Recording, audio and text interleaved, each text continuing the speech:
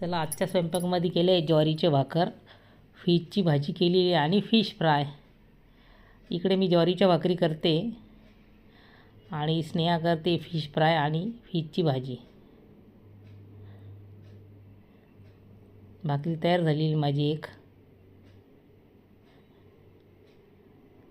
आणि इकडे मसाला वगैरे काढलेला आहे स्नेहाने.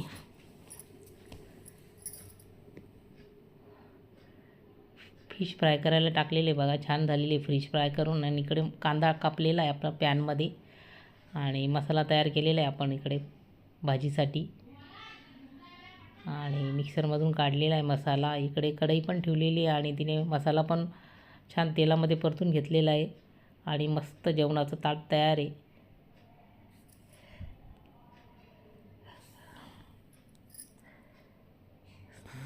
मस्त गरमागरम ज्वारीची भाकर आणि फिश